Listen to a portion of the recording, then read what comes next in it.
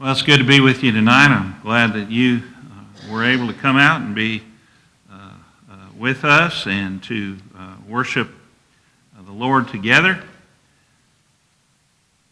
I have preached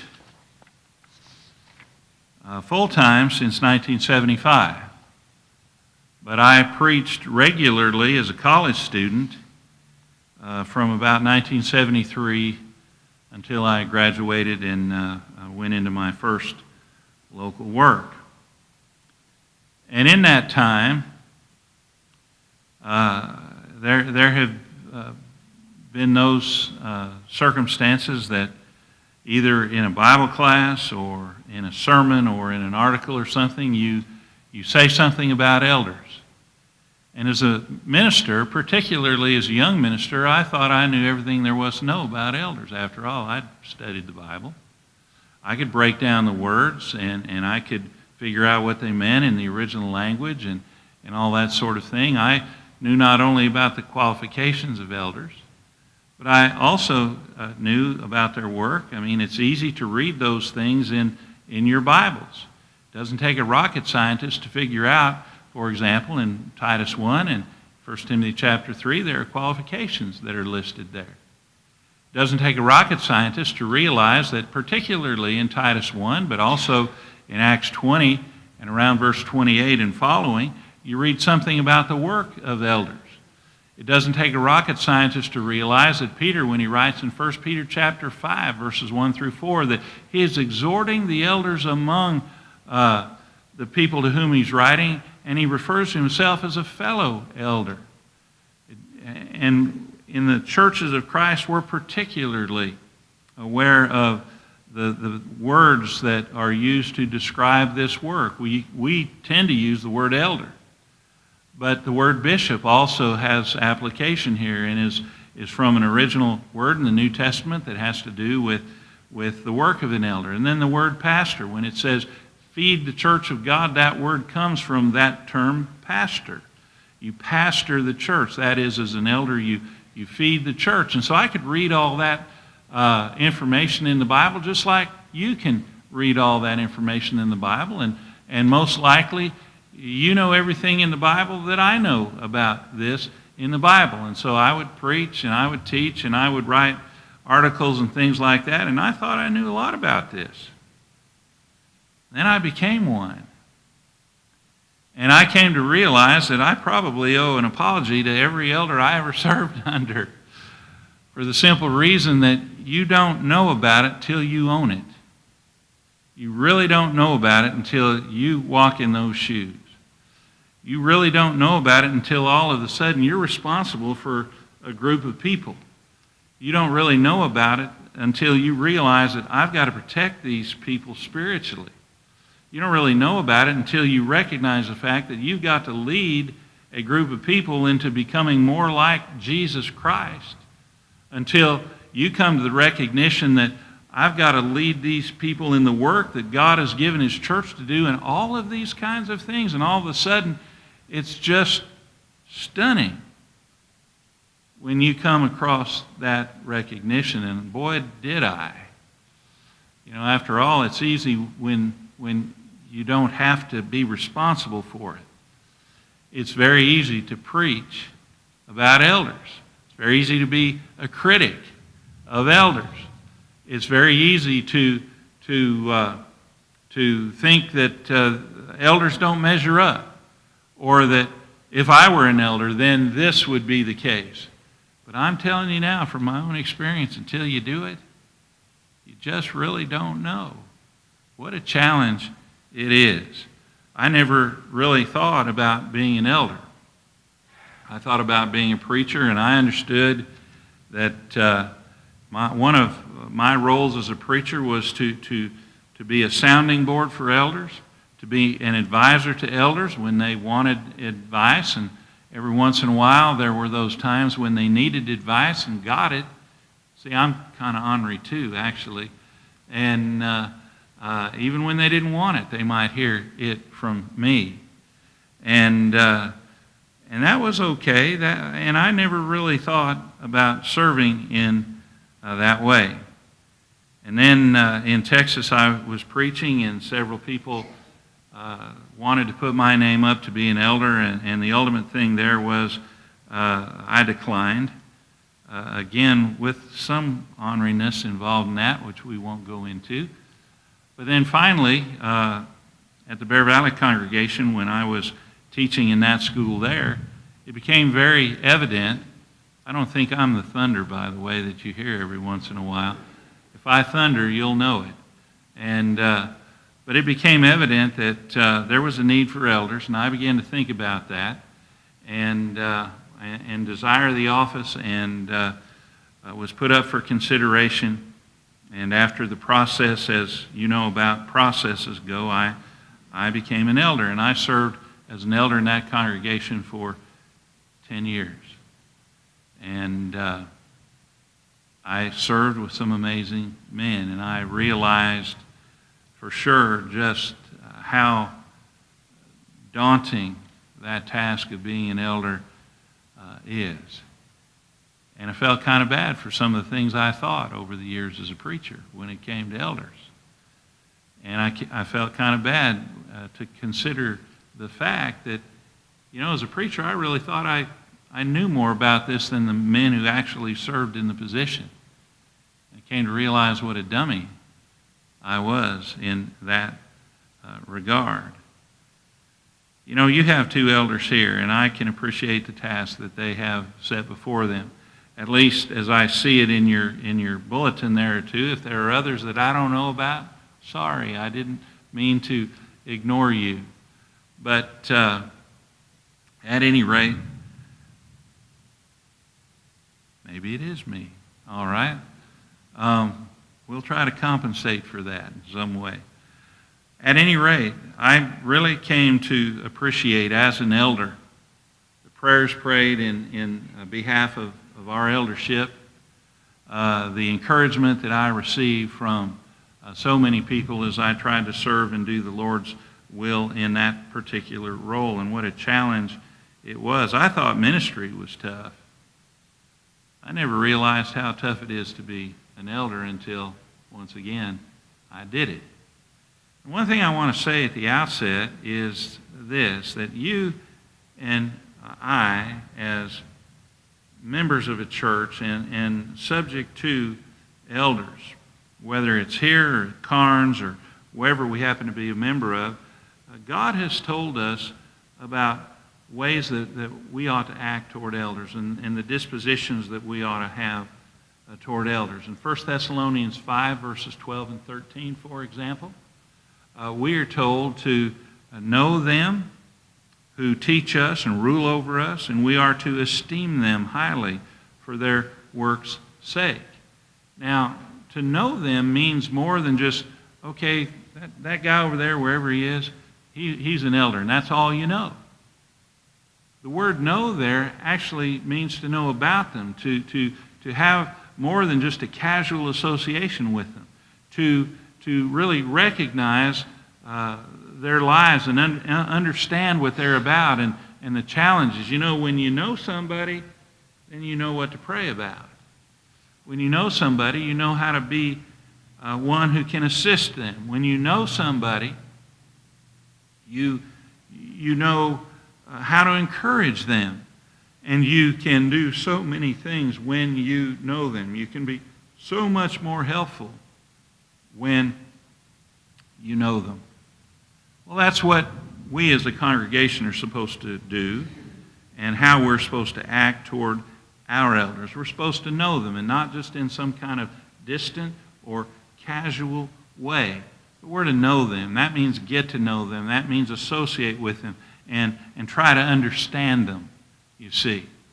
And how helpful it is that people were good enough to me to try and understand me and to be helpful to me and to volunteer to assist me in certain challenging things that you run into as elders. The other thing, though, in 1 Thessalonians 5 is to esteem them highly for their work's sake. You know, here I am. I'm behind a microphone and making more noise with it than I prefer.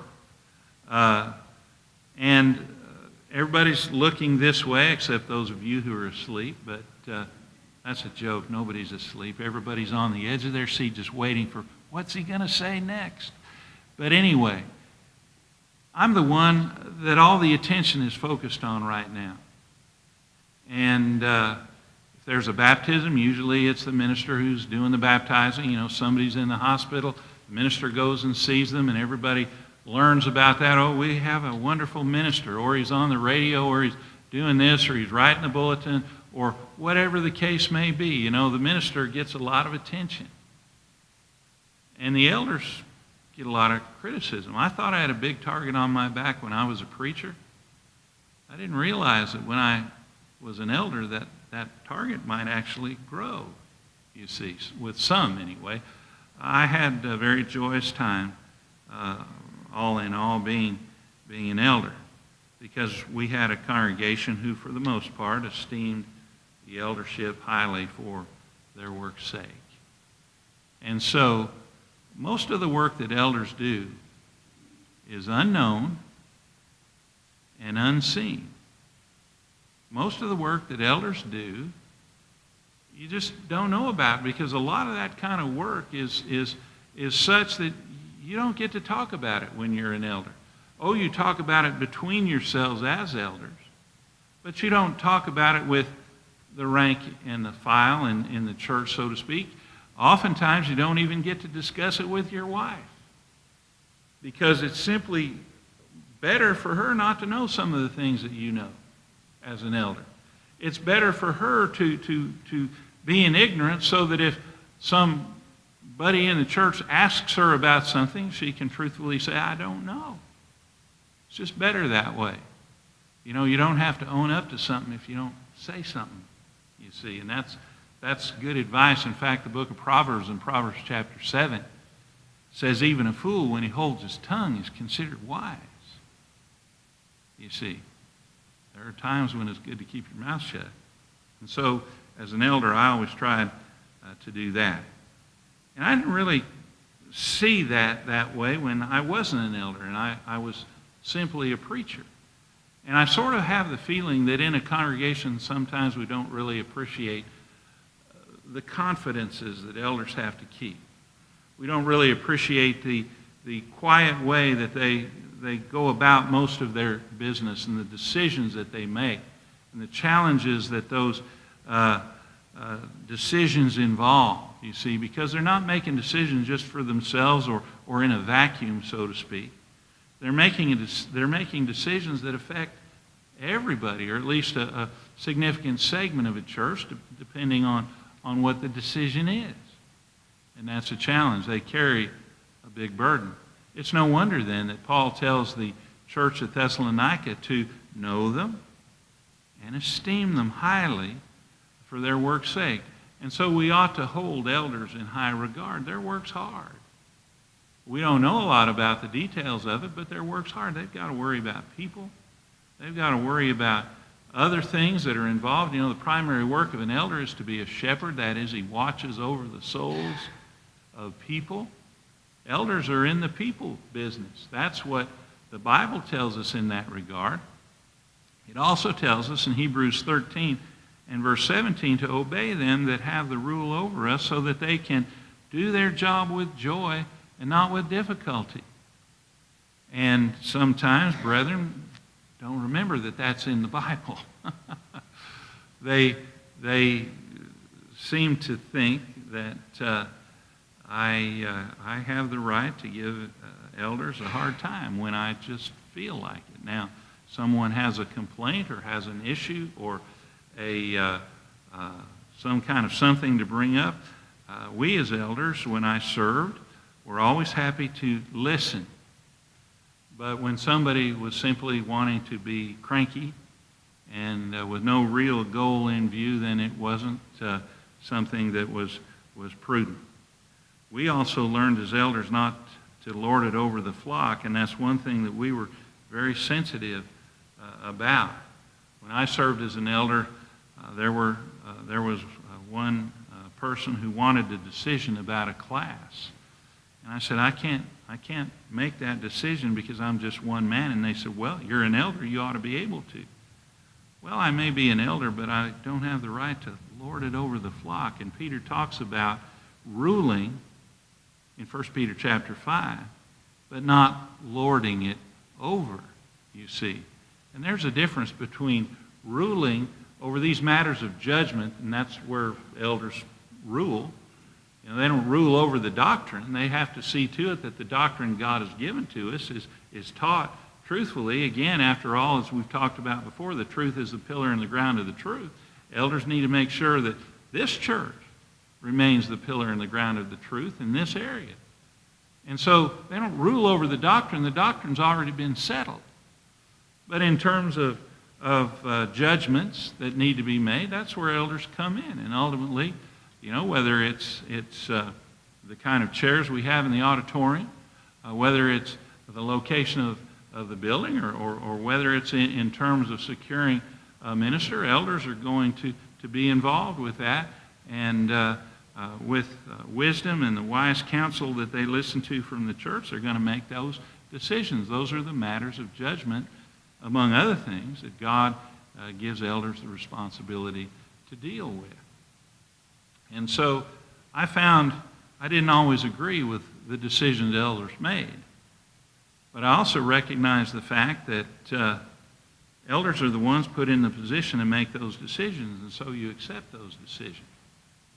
And you try to help the elders to make good decisions, and you try to abide by those decisions and help the elders in carrying those particular matters out. This is what Peter is talking about there. And Peter also talks about a great blessing that awaits the faithful elder when the chief shepherd, as he says it in verse 4, appears, you see. And you need to read about that. So winding all this back to the fact that we need to esteem our elders highly for their work's sake, because they're the ones who hear about the people who are in the hospital. They're the ones who hear about the people who are struggling with their faith. They're the ones who hear about the people who are falling away. And they're the ones who have the responsibility to see about the needs, whether spiritual or otherwise, of those people. Now, they're assisted by deacons and by other good members of the church, but this is kind of the way it is. And we get right down to it, and we realize that not every man can serve as a bishop in the Lord's church. There are certain qualifications that God has laid down. We've already made that point. And God has been very specific about that. You see, it takes a certain kind of man to serve a church as a bishop. And I can use that word rightly when I use it biblically. And when we have the kind of elders that God wants in the church, then the local congregation is very blessed by the service that those men render. One thing I have learned by serving as an elder myself is that the church is blessed by the example of the elders. You see, the work of an elder really involves being a pattern. You know, we read about patterns in the Bible, and most of us understand what a pattern is. You know, I can remember going with my mother as a little boy to whatever the store was. I don't remember what it was, and go back in the department that had the bolts of cloth and the thread and all that stuff, and you'd buy a pattern. And she would make things. My wife has done that as well. You know, buy a pattern, make things, get that pattern out. You measure stuff off, you cut it, you pin the pattern to the cloth, and you cut the cloth and all that stuff. Then you sew it up. I can't do any of that stuff. I just have seen it from afar and know a little bit about it.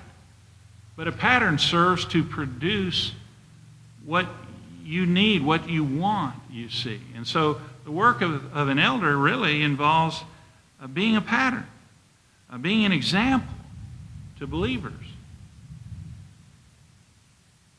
And when elders are the right example, then the church is blessed. Why is being a good example significant?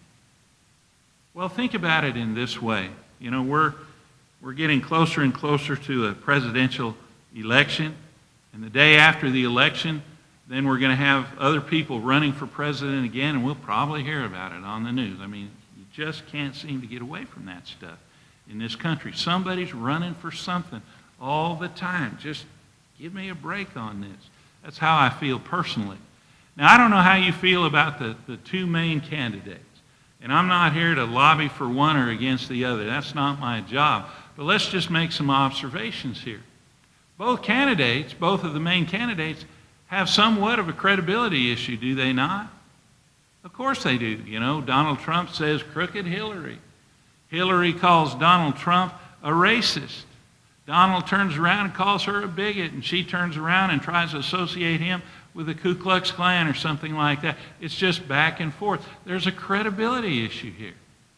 It's sad and it's serious. It's sometimes funny, but more appropriately, it's sad and it's serious that when you're thinking of putting somebody in the position of being the most powerful person in the land, and yes, the most powerful person in the world, you'd want somebody with credibility, would you not? And unfortunately, we're having to decide about the credibility of the two main candidates and whether they have sufficient credibility or they don't. Now, here's what I'm talking about here. You listen to somebody who knows what they're talking about, or who at least you think knows what they're talking about. Why? Because he has credibility. You know, you might come to me with Bible questions. But as I mentioned this morning, you're not going to bring your car to me and say, you know, my engine doesn't sound right. You're not going to ask me to take care of that. Why? Because I've already admitted, so you're going to accept this. I don't have any credibility when it comes to that sort of thing. I don't know about it. So I have to rely on others. Credibility, you see, gives power to the elder as he's trying to do his work. And he's trying to do his job. That's why his example is so important, because it's that example that gives an elder credibility. You live in the life you're supposed to live. Maybe there are those of you who desire to be elders or deacons or something like this. Maybe you desire to be a Bible class teacher. Well, the way to get there is to make sure you have that you are the right example. There are some of you here today that are going to be the elders of tomorrow. And whether or not you've ever thought about that, the time to think about it is now. And the time to think about it is now, so that you have ample time to prepare your life so that you can serve with credibility. And that all starts with your example. You see, you're going to need credibility to do the work of an elder. You know, as I was an elder, there were sometimes some difficult things to do. It wasn't always an easy thing or a bed of roses. There was that time when we had to try to find a young woman who was wanting to leave her husband, and she made it very difficult to find her. We found her, and we tried to rescue her from the throes of the sin that she was in. We were not successful about that, but we had to talk straight, and we had to do the work of an elder. And that wasn't fun. It wasn't easy. That was not something we could have done had we, as an eldership, not had sufficient credibility in order to talk to her about her sin, you see. And I say that with all the humility that I can muster. You know, as Paul talks about the qualifications of elders and the various things that are there, being hospitable, being able to teach, that is being skilled in that regard, not being pugnacious, and the several other things that you see. He rules his household well, and he has his children in tow and all these things. When you look at the man's life, in other words, what does he exemplify? What does he show? Does he show that he's fit for the task of elder? That's why, you see, example is so important. As we talk about this business of credibility, credibility is a powerful ally. When you have to, as an elder, lead a church through some very difficult things. You know, there are those times in which a church is told to withdraw fellowship from other Christians who want to pursue sin. and don't want to repent and don't want to come back. And in Corinth, for example, in 1 Corinthians chapter 5, you had a man who was in a sin even the Gentiles themselves found objectionable. You remember that. And the church at Corinth wasn't doing anything about it. And in fact, they seemed to be glorying in it. And whether the guy was coming to church in his sin and everybody was embracing him and thinking of him as a faithful child of God is really immaterial. The fact is, he was wrong, and Paul said, you've got to deliver that man to Satan for the destruction of the flesh with a view toward the saving of his soul. Well, that's a church action that, when there are elders, is led by elders, you see. And that's not always easy to do, because you may be dealing with someone who refuses to repent, and he may have family members in a congregation who are very faithful, and you have to take time to talk about these matters with the family and try to solicit the help of the family in order to reclaim the sinner and all those things. It's not always easy to do.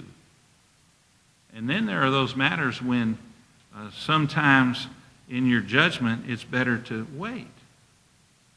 And then there are those times when it's in your judgment better to act with greater haste. And that's a challenge. And without credibility, then you open yourselves up to questions when you have to make those kinds of choices. There are times when elders have to silence false teachers. The way Paul put it in Titus chapter 1 is he talked about stopping the mouths of the gainsayer.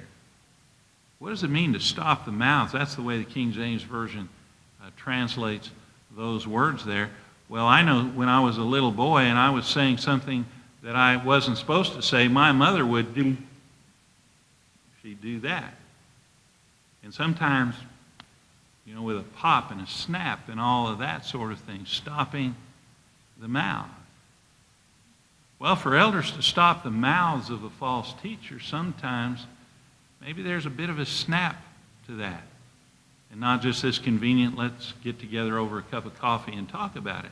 You don't always have that option. There was a time when we served as an elder that the eldership there had to stop the mouth of someone right there on the spot.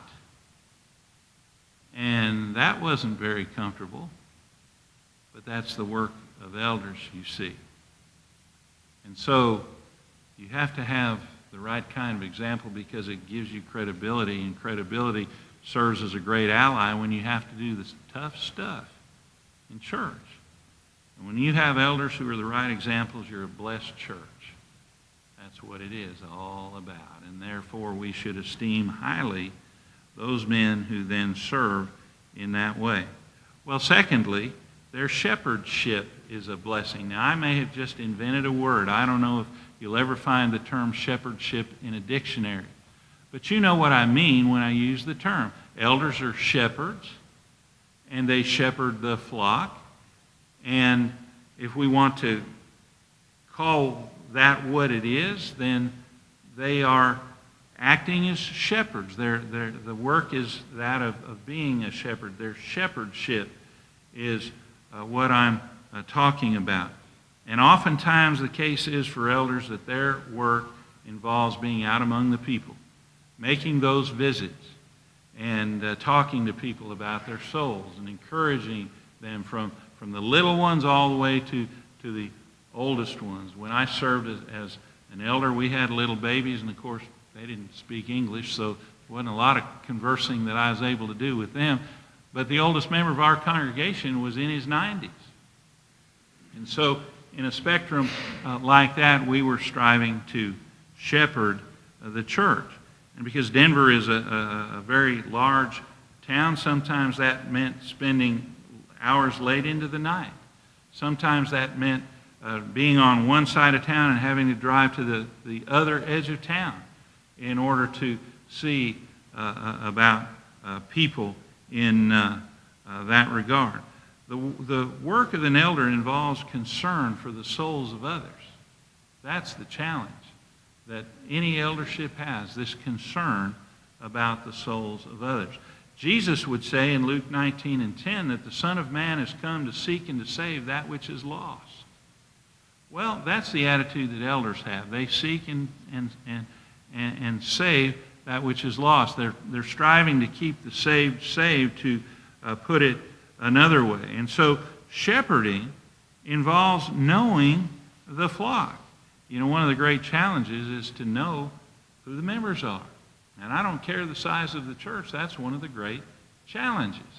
I can remember being a preacher in a place one time and having converted a lady to Christ, and she was coming, and she'd been there about a year and a half, and I had an elder come up to me and say, well, who is that? And I thought to myself, well, I think you should know. But for some reason that hadn't occurred, and I don't want to be too difficult about that particular example, but nonetheless, it takes effort to know the flock. If you know the flock, then you know what to feed the flock. And of course, elders have to feed the flock. That doesn't mean they have to do all of the teaching, but they have to see to it that all of the teaching that is done right. And at least for that, we ought to esteem them highly for their work's sake, to make sure that the truth is taught, that the church remains the pillar and the ground of the truth. And so shepherding involves knowing, shepherding involves feeding, shepherding involves guarding the flock, you see. You know, where I used to live in western Colorado, we'd get up in the mountains to hunt or to fish or just have a picnic, and you might be somewhere that seemed like the middle of nowhere. And there would be some shepherd up there out of a little trailer that might not be any bigger than this aisle between these two sets of seats here. And he would live up there for maybe 8 months out of the year, and he'd have his sheep way up there, and it might be 8,000 or 9,000 feet high, and he'd have his sheepdogs with him. And of course, there are wild animals out there, from the mountain lions to coyotes and bears and things along that line.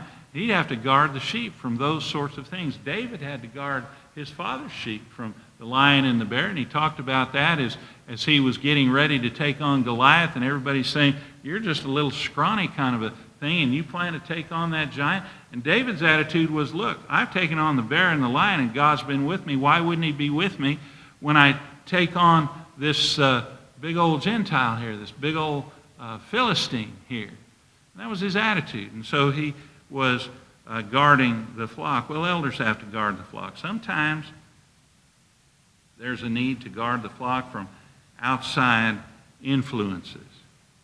Sometimes there's a need to guard the flock from, at least the way the King James puts it, you know, they come in privily. And the idea is they kind of sneak in through the window that's left open or something like that, and they sow their discord or they sow their error and things like that. But elders are the ones who guard the flock from the false teacher. Can you imagine how heavy that responsibility is? Because if you're going to guard the flock from the false teacher, number one, you have to know what the truth is.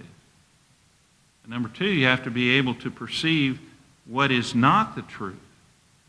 Number three, then, you have to be able to have the courage to confront those who are saying this or that which is wrong. And that is, among other things, what is involved in shepherding as well.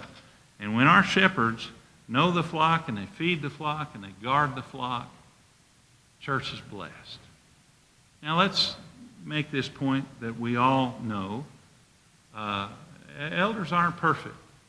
When I was installed as an elder, someone said, what are you most worried about now that you're an elder? And I said, I'm most worried about making my first mistake. And I was. And I'm sure I made a boatload of them, and I'm sure I made more than I really realized. One thing about it is an elder who's trying to be an elder and trying to shepherd and trying to be a good example and all of that is trying. And that's the kind of elder we can appreciate and we can respect.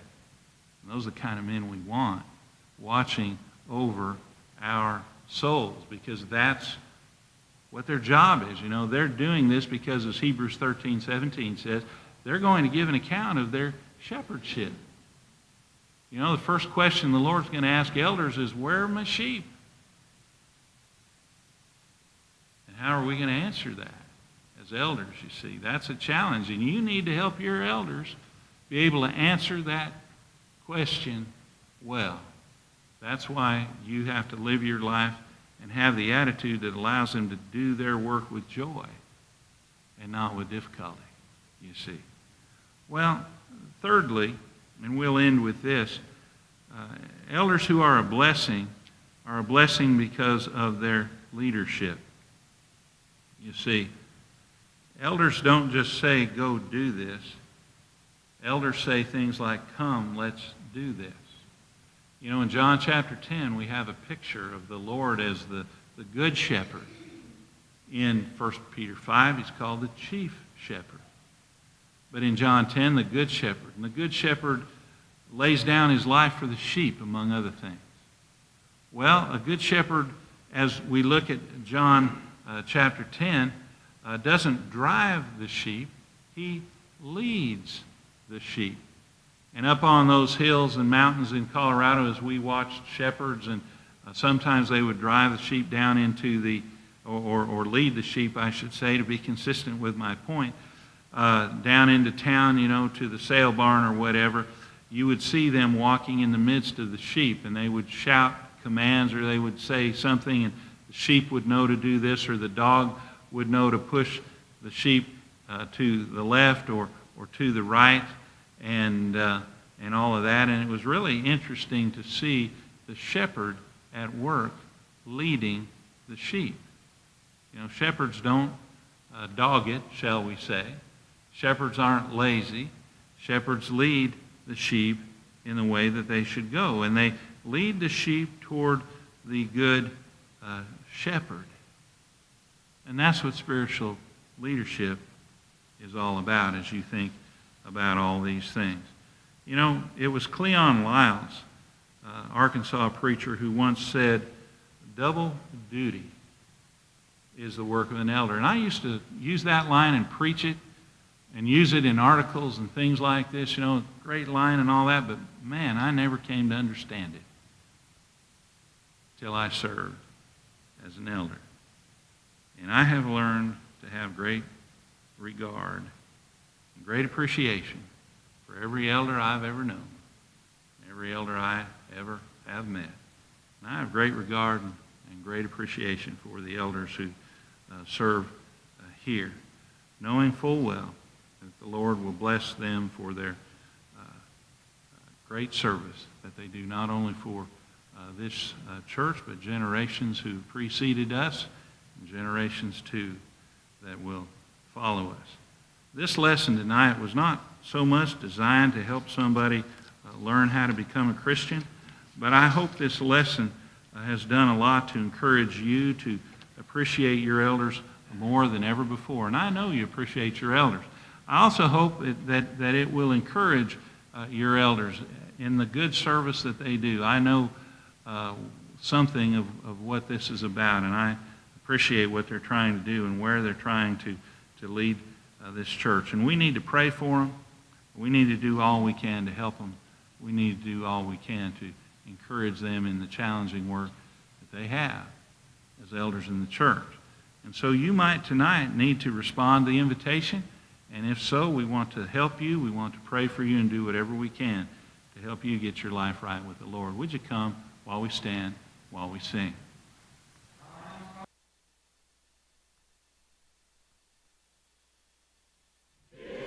On behalf of the Lawnville Road Church of Christ, I want to thank you for joining us today for our worship. If you ever have an opportunity, we invite you to join us at our physical location at 1301 Lawnville Road in Kingston, Tennessee. We hope you will come experience the simplicity of New Testament Christianity, learn about God, and become a part of His family. If you have questions, if you would like to know more about the Bible, or if you would like a home Bible study, feel free to contact us by calling 865-717-0444. Or, for more information, visit our website, www.lawnvilleroadcoc.com. Again, we thank you, and we hope you have a blessed day.